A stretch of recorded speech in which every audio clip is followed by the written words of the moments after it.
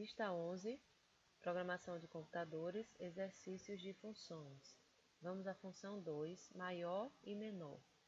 Essa função recebe um vetor de 100 números inteiros, verifica e retorna o maior e o menor elementos do vetor. Vamos ao dev, lá no final, função maior e menor. Então vamos pensar primeiro no que essa função recebe. Essa função recebe um vetor de 100 números inteiros. Então, se ela recebe um vetor, lá no main, quando eu mandar para a função, eu vou mandar o nome do vetor. Aqui tem que ter um ponteiro para receber o nome do vetor, porque o nome do vetor, na verdade, é o endereço do primeiro elemento. Então, se eu estou mandando o endereço, aqui eu tenho que receber como um ponteiro. E o que essa função retorna? Ela retorna o maior e o menor elementos. Ela retorna dois valores, então ela também retorna um ponteiro. Eu vou ter um ponteiro aqui um vetor resposta, e eu vou fazer um return resposta. Eu estou retornando um endereço. Então o tipo de retorno dela tem que ser um tipo capaz de levar o endereço de um vetor inteiro. Então o tipo de retorno também é um ponteiro inteiro. Tudo bem? Copiando a assinatura, colando lá em cima. O que essa função faz? Ela percorre esse vetor aqui, procurando o maior elemento e o menor elemento. Então, eu vou criar duas variáveis aqui, maior e menor. Vou inicializar as duas variáveis com a primeira casa do vetor, que é V0, que é o primeiro elemento, né? E vou percorrer esse vetor procurando o maior elemento e o menor.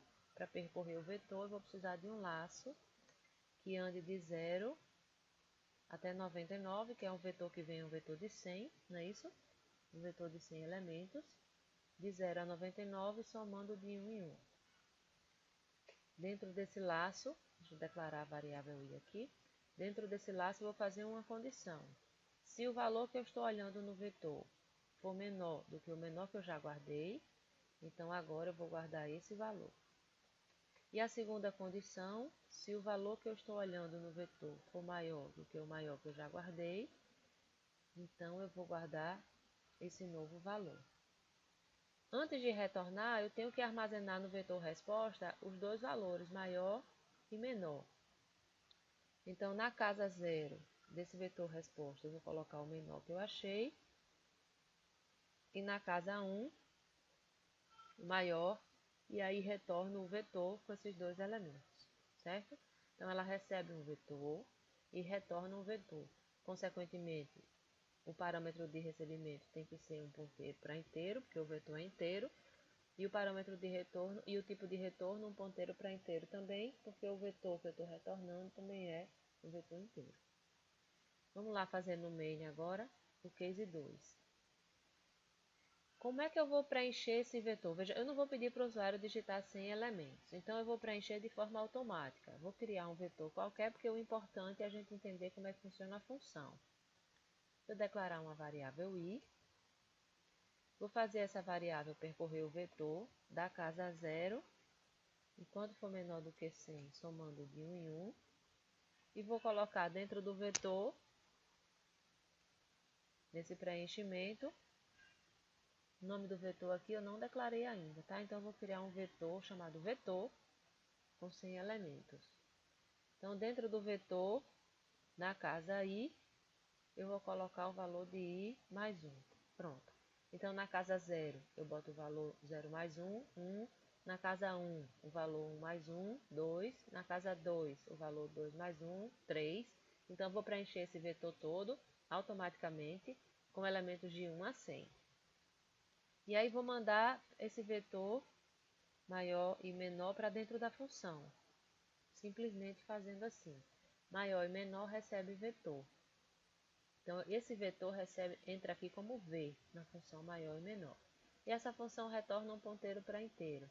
Então, eu tenho que ter uma variável int ponteiro. Vou chamar essa variável de result para receber esse resultado. Vai ficar assim, result recebe maior e menor. E aí depois é só escrever maior percent_d, menor, percent_d.